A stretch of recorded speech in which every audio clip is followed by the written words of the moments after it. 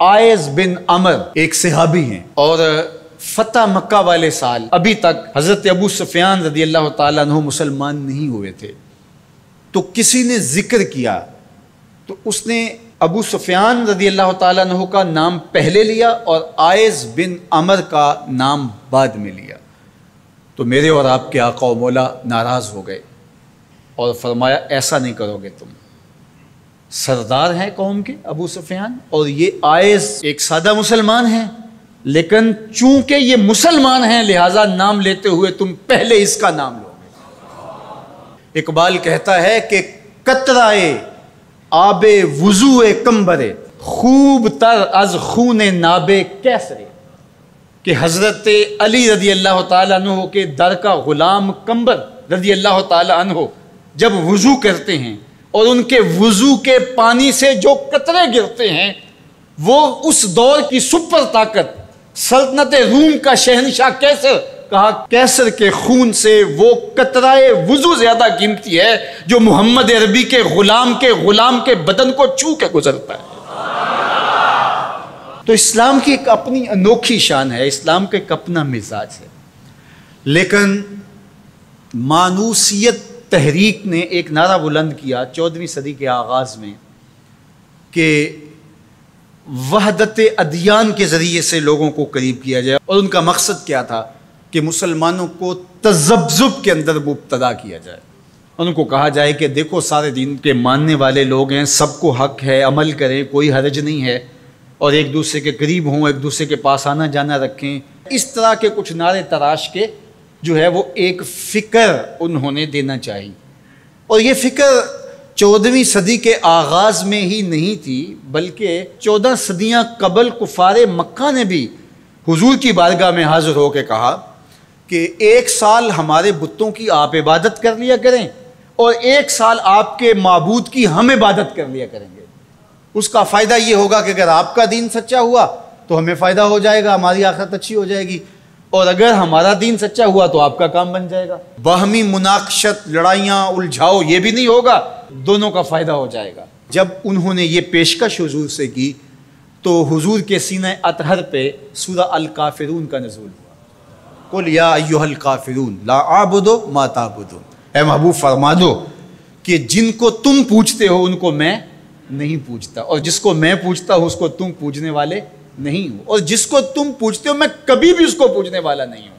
لکم دینکم ولی دین، تمہارا دین تمہارے ساتھ، میرا دین میرے ساتھ۔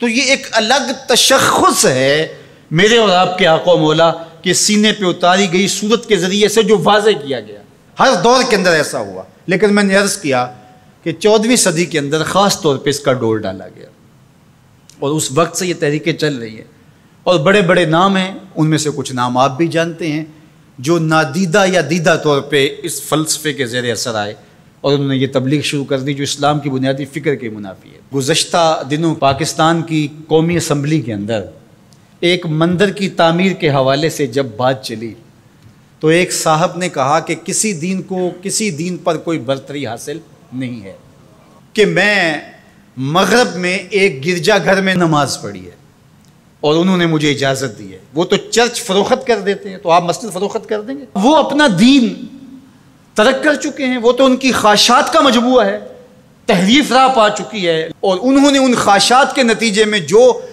مل بیٹھ کے فیصلہ کر لے اس میں وہ اپنی عبادت گاہ کو بیچ دیتے ہیں۔ تو کیا ہم اپنی عبادت گاہ کو بیچ سکتے ہیں؟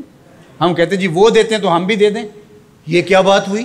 اگر آپ نے ان کی رواداری دیکھی ہے تو ذرا اس کو اپنے سیاسی کلچر کا حصہ بنائیے، تھوڑی سی وسیع و ظرفی کا اظہار کیجئے، مسلم لیگ کے دفتر جو ہیں وہ تحریک انصاف کے لیے کھول دیجئے کہ آپ یہاں اجلاس کر سکتے ہیں، اور تحریک انصاف سے کہیے گا کہ وہ پیپلز پارٹی کے لیے، ان کو کہیے گا کہ آپ نون لیگ کے لیے اپنے دفتر کھول دیجئے۔ وحدت دیان تو بعد میں ہوگی، وحدت سیاست تو ہو لے پہلے۔ تم سارے مسلمان ہو، ایک ملک کے رہنے والے ہو، تو پتہ چلے جی یہ بڑے وسیع و ظرف ہیں، وہاں تم اپنے لیڈر کے لیے مر جاتے ہو، اور اسلام کوئی یتیم مذہب ہے؟ یہ محمد عربی کا لایا ہوا دین ہے، تم اپنے سیاسی مفادات پہ کوئی کمپرومائز نہیں کرتے ہو۔ یہ کیا تمہارا فلسفہ کہ انہوں نے اپنے چرچ میں اجازت دے دی تو ہم بھی دیں گے؟ میاں ان کی غیرت اجازت دیتی ہے، ان کا دین جو خود ساختہ ہے، اور حضرت عیسیٰ کو چھوڑ کے جو انہوں نے اختیار کیا ہے، ان کی تربیت ان کے نفس نے کی ہے، اور ہماری مسجد کے حوالے سے تربیت محمد عربی نے کی ہے۔ ہمیں تو یہ بتایا گیا سامان مسجد نہ برائے سوختن نہ برائے فروختن، مسجد تو مسجد رہی، مسجد کے اندر جو ٹوٹی ہوئی چٹائی ہے آپ اس کو بھی نہیں بیچ سکتے۔ باقی وہ آپ کے لیے ایک یا دو چرچ کھول رہے ہیں اور کہیں کہ وہاں نماز پڑھیں اور آئیں، وہاں میں آپ کو اجازت دیتے ہیں۔ میں آپ کو ایک پیشکش کرتا ہوں کہ انہیں کہیں کہ تم بڑے وسیع و ظرف ہو مگر بہت کشادہ ذہن ہے، تو ہمیں مسجد کرتبہ میں نماز پڑھنے دیں۔ مسجد کرتبہ میں جو مسلمانوں کی بنائی ہوئی ہے، 10 مربع کلومیٹر پر پھیلی ہوئی وہ مسجد، اس کے باغات، اس کے احاطے، اس کے متعلقات اگر شامل کریں، حمام شامل کریں، تو 10 مربع کلومیٹر پر وہ مسجد تھی، اور 1400 ستونوں پر پھیلی ہوئی مسجد کا حال۔ اللہ اکبر! جب رات ہوتی تو اس زمانے کے اندر 7,500 مشعلیں اس مسجد میں چراغاں کرتی، 30 فٹ اونچا اس کا چھت ہے، اور آج بھی وہ دیکھنے کے قابل ہے۔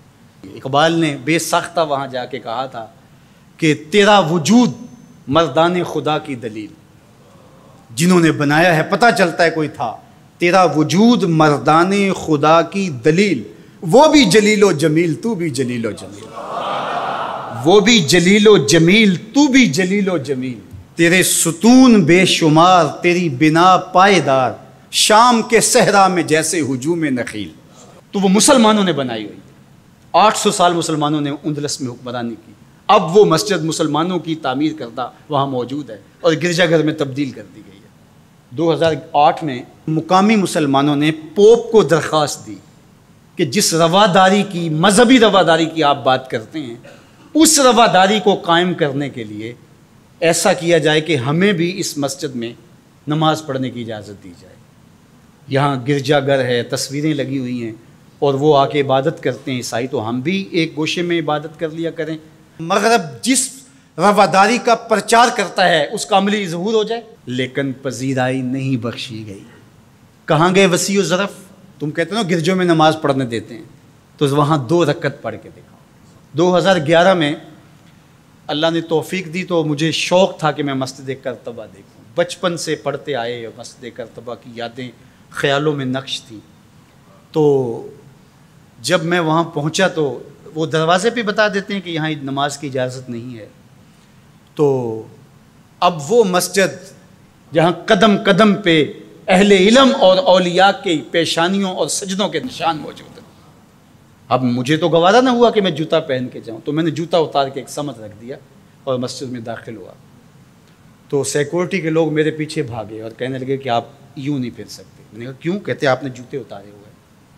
تو وہاں تمام مذاہب کے لوگ آتے ہیں، آپ جانتے ہیں کہ ان کے لباس بھی مختصر ہوتے ہیں، تو میں نے کہا انہوں نے تو لباس بھی نہیں پہنے ہوئے، تو مجھے اس کی اجازت دیتے کہ میں جوتا اتار دوں؟ انہوں نے لباس اتارے ہوئے۔